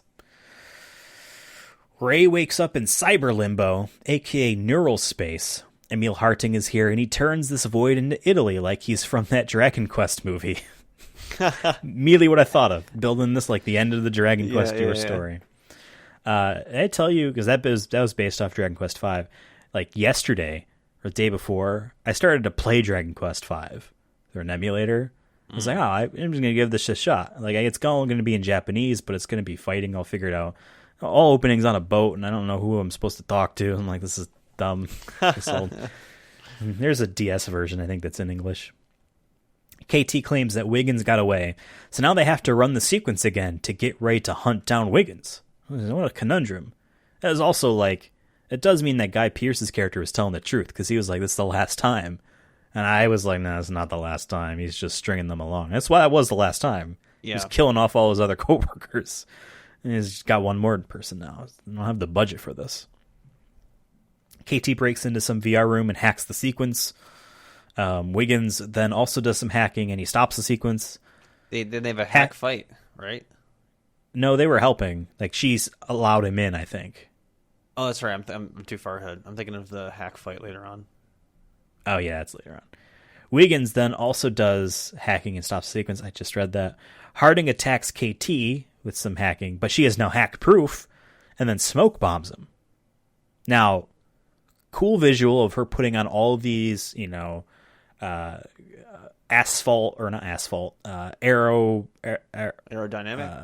No. Aerosol. Like, yeah. Aerosol cans of different smoke flavors on her body. Cheeto. And I was like, here's the cool thing she's going to do. She's going to pull all those pins and just start walking around because she can breathe it fine. No, she still threw them. But, like, that's a Metal Gear outfit right there. Not saying it's ripped off Metal Gear, but that's what I'm thinking about for all this movies now is Metal Gear stuff. But she smoke bombs him. He gets away. I guess she wasn't trying to kill him. Jimmy Dalton and Tibbs gear up to fight Ray, and KT smoke bombs the server room and then lights it up with a real bomb. So I think that was maybe like charging the air to be conductive of explosives or something. Yeah. I don't know. That was cool. I did not like the joke that they're setting up about how this super hacker guy is teaching her step by step how to shut it off. I think it's because you wish you were a hacker and you could talk like that. British people are not inherently actors or hackers. No, whatever. I just don't. I don't dislike the character. I just don't. I like hackers, and I will always support them. Well, then watch Minority Report. All right, because Tom Cruise was doing stuff with his fingers. Oh, that's kind of like hacking. Watch Hackers, the movie that has that. Angelina Jolie's nipples through a swimsuit. I think we watched Hackers in tech class in like 7th grade. Yeah. You sure? There was nipple in that movie. Maybe I guess your teacher got away with it. Or maybe they were just okay with it because they don't give a fuck. Probably a little of column A and column B. Only reason I remember that movie. Jimmy Dalton now has 4 arms and fights Ray. Tibbs shows up, and they're fighting atop an elevator. And then they hop to another elevator. Jimmy Dalton lets Tibbs die, because that's his character, and then Ray kills him. And I don't remember how Ray kills Jimmy Dalton, but he does. Doesn't he basically throw him down the hole? Or not the hole, but down the elevator outside. Then he catches himself. Shaft. I don't remember. He breaks off his dies arms because he goes Super Saiyan mode or whatever. He breaks off his arms and then kicks him down. He should have taken one of those arms and shoved it up his ass. I will say it was this, and then a little bit further. Like, we had the slow-mo here and there throughout the film. And I don't mind it generally, but I feel like at this point I was kind of getting like annoyed with the slow-mo. I'm like, I get it. You're trying to like show action. But there's like moments where I feel like it didn't need it, or it just felt random. Be like, why is this slow-mo? There were also some zoomed out shots in this fight where you can tell they were entirely CG people being rigged to move. Like, the quality on them was a lot less than what other movies do. Like Spider-Man, for instance, zoomed out sometimes in a quick shot, they CG the entire person and they animate that. You know what I mean? It's not a person that's being mocapped, right? But this did it in a couple scenes in this fight when it zoomed out a bit, and it just felt very off-putting. Like, it looked like, a PlayStation 3's CG cutscene. You know what I mean? Level of quality there. Or it's blurry. Very off-putting. On purpose to make it less, I don't know, just like the slow-mo I thought was fine throughout. It's just I wish they cut it. There was like a lot of cool stuff in this movie. I wish they just dialed it back or maybe shortened. They really wanted to show you that when he gets blown up into pieces, they slowly reform him. And they just need to show you that time after time. Time after time. Time after time. Seconds later, skipping that part, sorry, Ray then kills Emil Harting, even though it will kill himself. Oh, I didn't write anything about that. He basically got the grenades thrown at him, and his nanomachines tear it to pieces, and he palms it like a magician. Yeah. And then he waits, and all of his nanomachines are dead, and Emil Harting's like, you don't have any powers left. You're just Ray Garrison. He says, it's all I need to be. And he drops the grenade, and it lands right on the hammer, or whatever you would call that button. And it kills them both. But seconds later, and literally seconds later, after this tension, he's brought back to life. They needed to hang on this. Oh, he died too thing. I wanted to see KT's like smushed face up against the glass window staring out, being like, he's dead. You need to hang on this, because immediately... Maybe they felt like the audience knew he wasn't going to die. Just didn't give a shit? Yeah. I don't know. Need to and hang they on never really that. explained it either. No. He just outwilled it, I guess. Wiggins has increased his stamina, and Ray watches the sunset with KT, and then they ride off into the sunset. And that's the end. In the trailer. But yeah, in the trailer. Yeah, in the trailer. Yeah. Yep. Definitely, some time has passed. You have to get There's a lot real of money jobs now. Yeah. I want to, like, what are they going to do he could next, probably number hack one? some Bitcoin, right? Like, if I was his level of skill, I would just hack, like, every rich person's Bitcoin or Dogecoin or steal all the NFTs. Yeah. I don't know what the comics are. Oh, so actually, I have two actual trivia things. Number one, I look at IMDb's trivia list, and I do some other research as well. Like, there's like no trivia for this besides the COVID-related stuff that isn't actually interesting. Just the fact that it didn't get to be in theaters for very long. Someone claimed on IMDb's trivia thing, which is all user-submitted trivia that gets upvoted and downvoted. This had 23 out of 23 upvotes. Someone claimed the quote of his stamina going from a 3 to an 18 in the scene is a D&D reference, but they provide no proof. And I think just because the max is under 20 does not mean it's a D&D reference. And they're saying it's a D&D reference because Vin Diesel likes D&D. I don't buy it. Also, 3 is extremely weak, so it doesn't make sense to be a starting point. If that's his strength. Stamina's not a dumb. There was a post-credit scene planned, but it got axed. There was none. Yeah, there wasn't any, but there was supposed to be one. It was supposed to set up a psychic being played by some actor, a relatively well-known actor that we would have liked. Name is completely escaping me, but he was supposed to play a psychic as the villain of the next movie. So, yeah, I hope they do make another one. I mean, like, because I don't know too much. I feel like they ended it where they could just, this is it. But, like, very easily. No the safest ending, honestly. I have no idea where, like, I can't really guess where they go. I mean, I guess it'd have to just be... I mean, I appreciate that they didn't do the whole he fights himself thing that even the Marvel movies have done. Even still. So I would be afraid if they went that route, that, like, oh, it's another nanobite thing. It's just hard to know, like, what they would do, since I haven't read the comics or know anything about Bloodshot.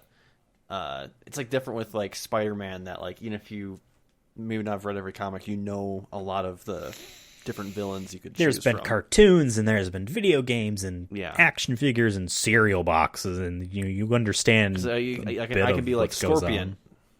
Let's go that route. Okay, cool. Yeah. Yeah, you know what I mean? With Bloodshot, I have no context outside of this movie. So I guess what I would want to see is I would want it to be a larger scale, either conflict or setting that isn't just about like this company taking out ex-employees or whatever, or ex-CEOs. Like, I'd be more interested in it being like not world-ending stuff, but just like the stakes are a little bit higher. It isn't just these personal people's lives. It's like, oh, we need to save the city or something. Yeah, something. I there's potential here. Again, we love a first-time director doing stuff.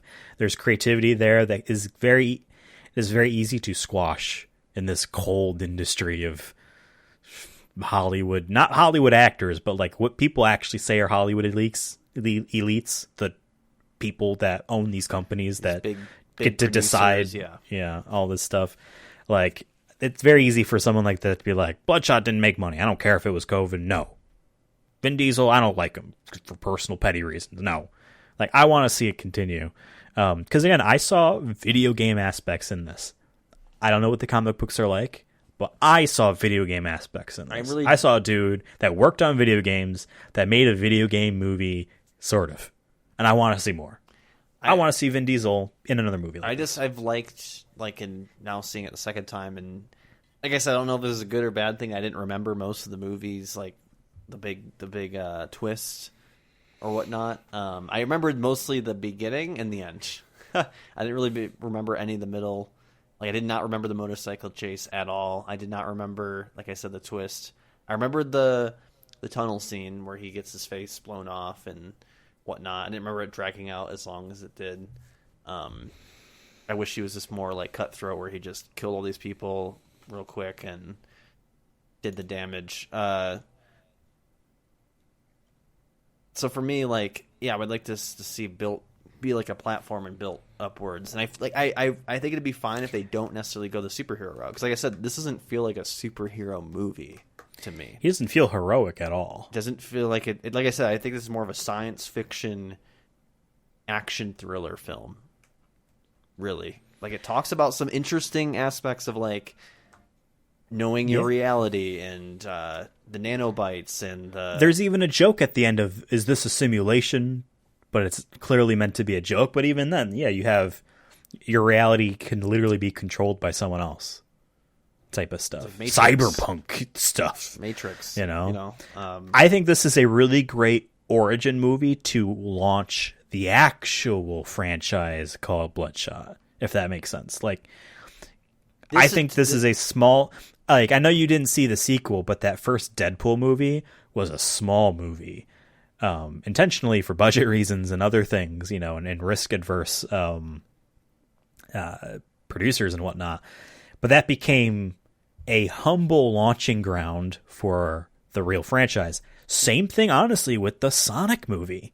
That first one feels quaint in comparison to the second one, because that first one was really just trying to get the ball rolling. I think the same could be done with this one. It just sucks with COVID, I want it to be everything like that. And also, Vin Diesel's working on Fast 10, and that we might not see it for a while. Probably wouldn't have any. I would like, if they're going to roll with this cast, these three people, like, that's cool. I'm just worried that, like, the longer you don't make a movie, it's harder to keep people attached to projects. James Cameron says otherwise, but you're right. You're 100% right. James Cameron's a little bit different level of, I think, he's one of those guys that can get anybody to do a project with him years later because he's James Cameron. Apparently, he got notes back for the first Avatar movie from producers or whatever, and he refused to, I think, even read their notes. They said, you can't do this. He said, I'm not listening to you. Your job is because I made Titanic, and that made your company enough money to even have you have a job. Jesus. Like, the man has balls. Yeah, I like this movie a lot more this time than I remember being like, this movie is lame, and maybe that's why we forgot it. We were like, this movie wasn't good. But I like this. I give it way more credit now than I had given it. Twist was solid 2.5 years ago, and there's some interesting ideas in this. There's some interesting ideas, frameworks that could be expanded on. And that isn't, like I said, that isn't a superhero. Like, I'd actually be disappointed if they went for like now he's saving people. Like I said, I don't mind him saving the city, right, but there needs to be a reason why. That is, and also selfishly reason. Absolutely. What I mean? Last Witch Hunter is a similar-ish character. So is Riddick, honestly. And in some cases, even Dominic Toretto. He doesn't play the gallivanting ultra-hero type. He doesn't. You know what I mean? So I don't know if, like, just throwing him into, Hell's Kitchen, he's the new Daredevil type of person. I don't really see that. He needs to have motivation, and this movie gave him motivation, but it's done now. This movie ended in the best way for we're probably not going to make a sequel, but maybe compared to his other movies, like Last Witch Hunter ends in a way of like, let's go kick some ass. This movie ends in a where story is done. He's like, I'm going to go become like a cook or whatever, a chef in Italy. Like he could have just been doing that. We get to choose our own lives. Yeah. Like there's got to be a reason why.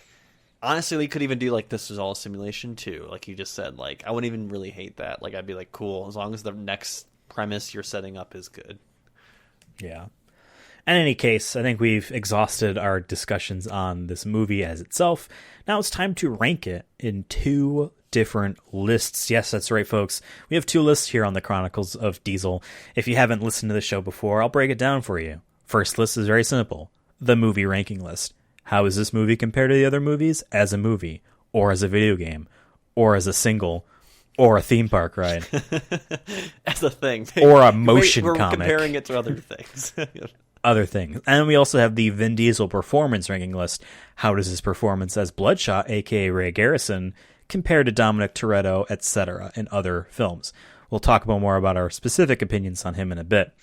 Let me read off to you the current list of 39 different things I should have grabbed a drink. And you can see this all on Twitter as well at Sonic That's Movie right. Show. I did tweet out right before this recording that our current ranking, so go check it out. Go to the media section on Twitter if it's not the first one. But go like check those it out. tweets and retweet them because it takes me some time to make that art, and Devin has to schedule it, and it's fucking, we're inconvenienced here. All right, give us a like.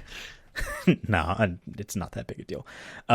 This is going to be our 40th fucking thing ranked on this list. So great. Honestly, it's a good 40. I'm excited. Yeah, I have this stupid cup of McDonald's iced tea that I was supposed to be a Coke.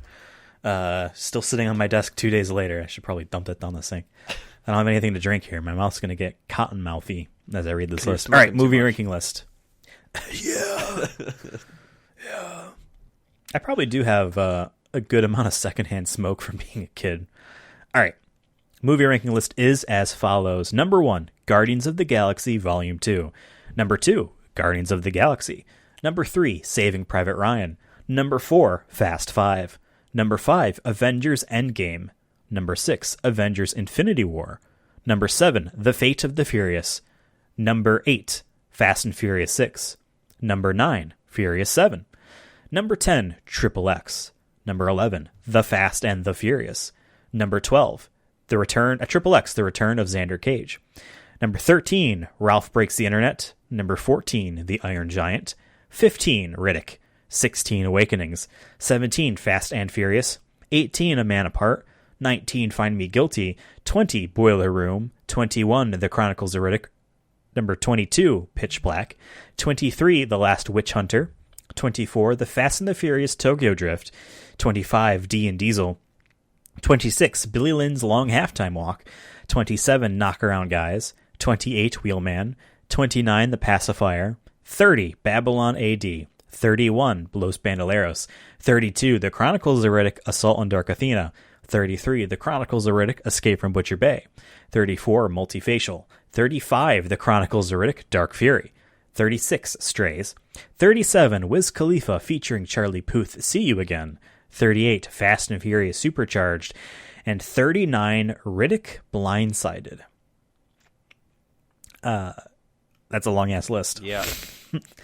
I was reminded of Babylon AD, where he also played a selfish, heroish type of person. That movie, man, is like, I think out of all our movies, that is the most just interesting project that was made on our list, because it just had, like, the first half was like pretty decent, and then it's just awful. But then, like, the beef with the director and all that just makes it so much more interesting. The director called him a fucking idiot. And I quote, "He's a fucking idiot." That's what he said about Vin Diesel. Oh my god.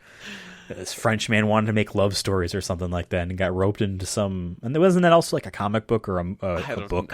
Yeah, something like that. In any case, as a movie overall, I know we are warmer to it than we were 2.5 years ago.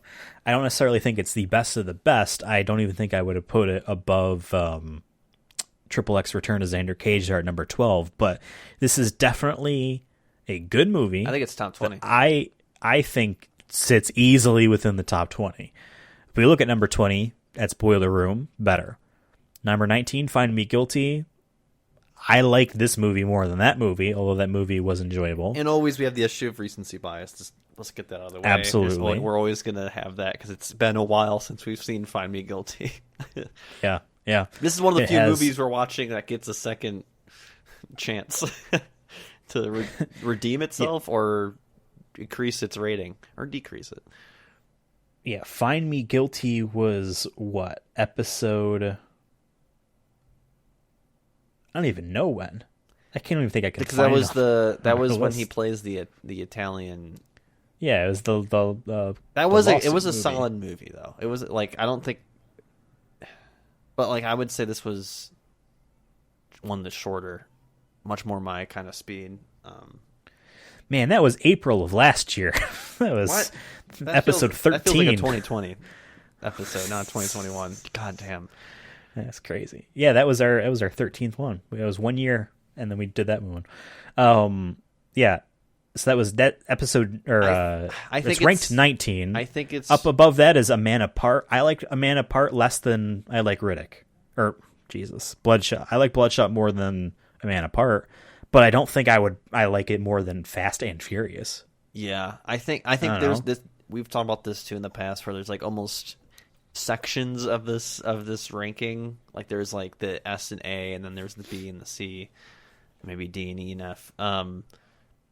So for me, I feel like there's a decent gap between Fast and Furious and A Man Apart, and maybe we put this right in there because there's a lot of good in this, and there's a lot of this that's just forgettable because, like you said, we didn't remember half this movie, and we saw it 2 years ago. And just, to play devil's advocate, let's say we go up higher. Then you're fighting Awakenings and Riddick, and Awakenings is a very sweet, well-made movie, acted very well. Fast and Furious is too good. And Riddick is like this, but more cool and fun, if that makes sense. So yeah, no, I'd say this very definitively goes underneath Fast and Furious. If you agree with me on that, yeah. then that I mean, I like it. A Man Apart more than I think you did, but like I think this can't be more interested throughout. And A Man Apart is much more grounded, and I don't know. This movie, like seeing it a second time, like we've said before, it's just a little bit more interesting to me. All right, well, there you have it. 2.5 years later, we finally rank Bloodshot on the list at number 18. So that's about halfway through. Boiler Room out of the... That actually feels right, because Find Me Guilty and like Boiler Room, I feel like there's a gap there too, a little bit. Yeah. Because Boiler Room has that 90s like grungy, like not amateurness, but just it feels dated and just old school compared to like the movies of their time. Like there was other movies that came out around that time that look much more polished and whatnot. So yeah, I can agree with that. All right, let's talk about Vin Diesel's performance. What do you think about his performance in this movie? I think he was... I don't want to say he was the best actor, because I think that makes it seem like the other actors weren't good. I'm going to say he's the best actor in this film, but he needs to be because he's the lead.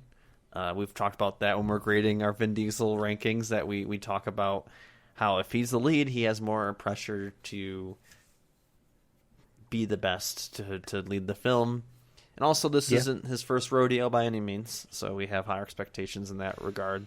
It comes as an expectation that your lead is the best actor. And he, he's doing some stunts generally. And there was some CGI and whatnot. He also produced this movie. I want to make sure I don't forget that.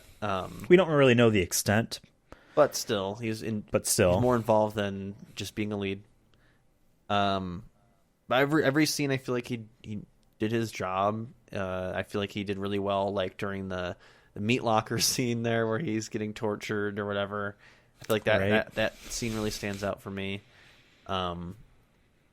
He does show his wider range of just the emotions of being an action hero in this, right? He has his moment with his wife, or not wife anymore, his ex-wife, I guess, that they haven't been together for 5 years, and he's showing his emotion there as well. But then he has the scenes where he's just supposed to be angry and almost maybe even cocky that he's going to get the job done. So I don't think this role is different than other ones we've seen to maybe like grade it higher or on a different be like, oh, this really like changed my perspective of his capabilities or whatnot. So I feel like it's kind of just right. I had a pretty just decent expectation. Like, I want this to be good. The second time I'm seeing it, I'm like, I'm paying more attention now to his acting and whatnot. And I feel like he just does a good job in every scene. And there's some scenes that I thought were notable. For me, I think that he took some points out of one acting skill and put it into the other, if this was an RPG. I think he lacks a lot of charm in this movie.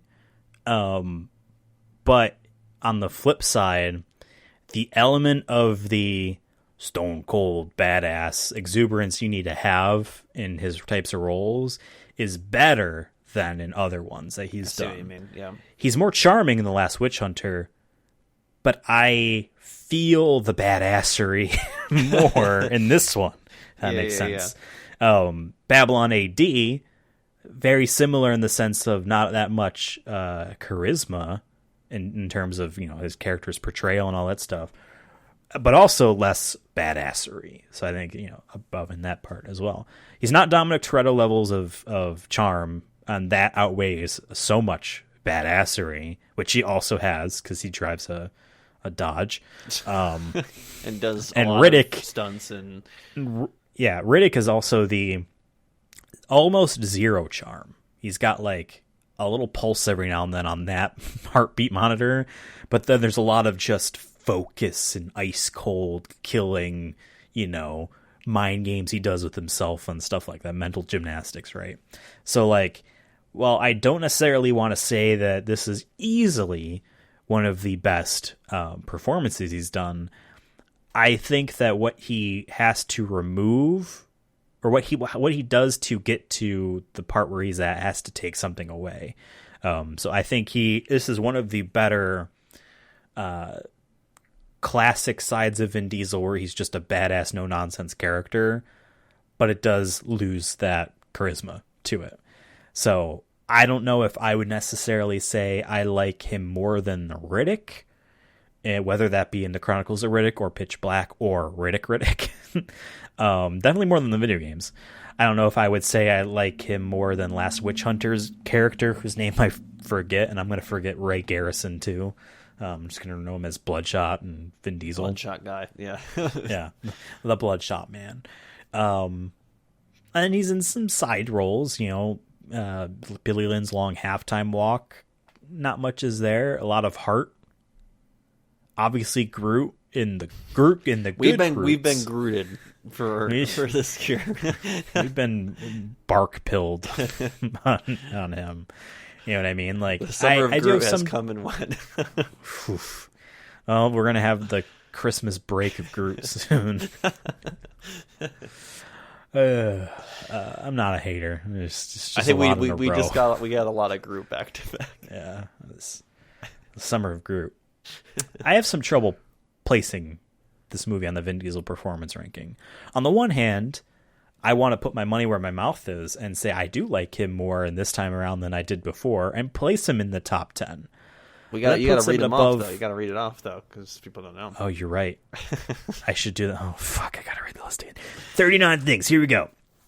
The Vin Diesel performance ranking list is as follows. And again, folks, check our Twitter at Sonic Movie Show for the visual aid for my rambling here. Number 1, Triple X. Number 2, The Fast and the Furious. Number 3, Triple X Return of Xander Cage. Number 4, Fast and Furious. Number 5, Find Me Guilty. Number 6, Fast and Furious 6. Number 7, Riddick. Number 8, Furious 7. Number 9, A Man Apart. 10, Fast 5.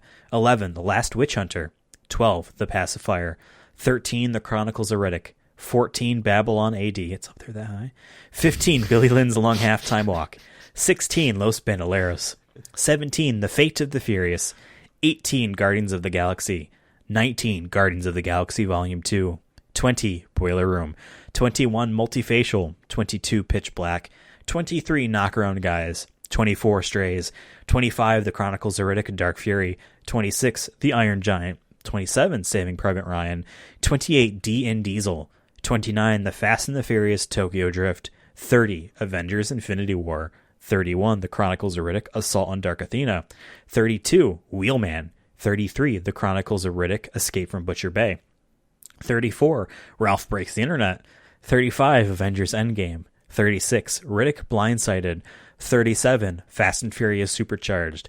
38, Wiz Khalifa featuring Charlie Puth, See You Again. And 39, Awakenings. Every time I read the Vin Diesel performance ranking list, one of these names pops up to me, and I immediately think, I did not read that on the other list, but I'm sure I did. And I think you've said that before, too.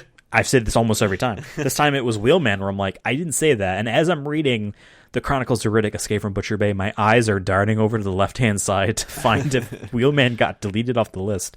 It's there. It was sitting at 29. Yeah. I would also like to point out, at this point in time, was Khalifa featuring Charlie Puth, See You Again, is 38 on both lists. So unless we put something really this below it, it stays there. Okay. What I was saying is I have trouble. I want to put this in the top 10, but that would be putting it above Fast 5, which I don't know if I can just stomach doing. And I struggle whether or not I like Last Witch Hunter's performance more than Bloodshot, and vice versa.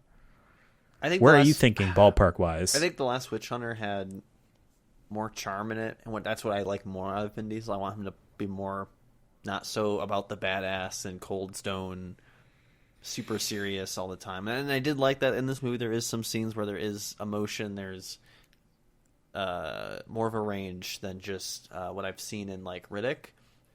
And then The Pacifier is number 12, which I think a lot of people don't like The Pacifier, but we liked The Pacifier for what it was. Yeah. And that was one. It was a very charming side of him. Yeah, and more comedic. That was a Disney movie. Yeah, he's a Disney princess. He is. So for me, I feel like it's at least better than The Pacifier, just because I feel like that's just mostly comedy and charm, and this has the stone coldness. It has the action, and it has a little bit of charm in the scenes of where he's, or the ending scene had charm, a little bit of charm to it, not much, but it's there. And then, like I said, there's the dramaticness of his wife being killed in front of him that he brings, and then, my wife actually left me 5 years ago. Damn, I had to find out this way, huh? So for me, I feel like it's a little bit more than what The Pacifier is in terms of his range, but I think Last Witch Hunter just has more of the recipe that I like from him. But in The Pacifier or The Last Witch Hunter, was there a scene where he's up against a terrorist and he says on the radio, "Stand down," and then says the man he needs a phone to call them to get a chopper? It says there's no scene like that in those other movies. But again, they get away with it by saying it was written by some dumbass coder dude. Well, smart in some areas, and maybe not in creative writing. No, there is not. That is fun. I would be okay with putting it at the new number 12, aka below The Last Witch Hunter and above The Pacifier. If you're down, some comedic parts to it too, like that I liked. With we were just talking about him, Sir Michael Caine. Sorry. Absolutely. So I feel like Last Witch Hunter it shows more of him in it that we like to see. Okay. I'm with you there. Now, Bloodshot's new home on our lists after 2.5 years is number 18 for the movie ranking list and 12 for the Vin Diesel performance ranking list. So both kind of like higher middle. Yeah. Better than bad. I know we've talked about it in the past, and we can figure it out later, but like once we're all done like with the main show, we're still going to keep this show around, obviously, probably when there's new stuff that comes out, and the specials will be ranked instead of just being specials, I guess. We'll figure it out.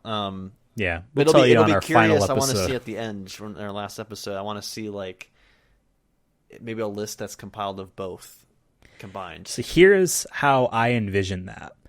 I think one of the easiest ways to do this is be like, okay, how many total things do you have?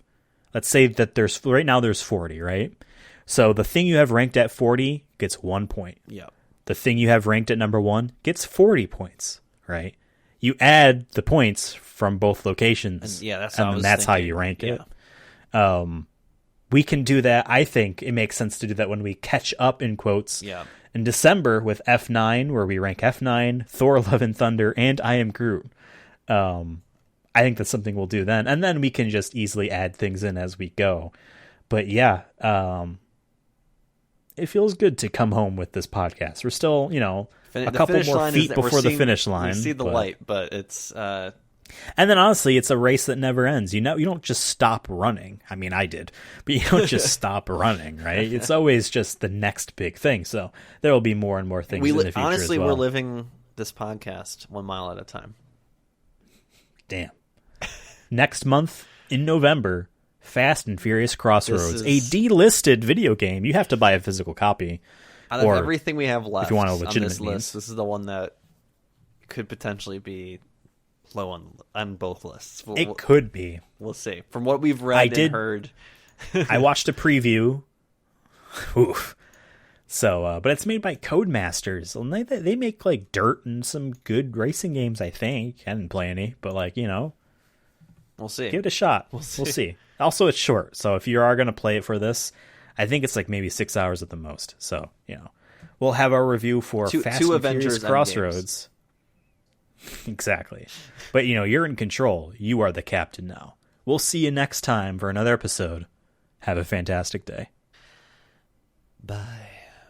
Couldn't think of anything. What is it with you? What do you got, a death wish or something? That's what it takes. I just want to race.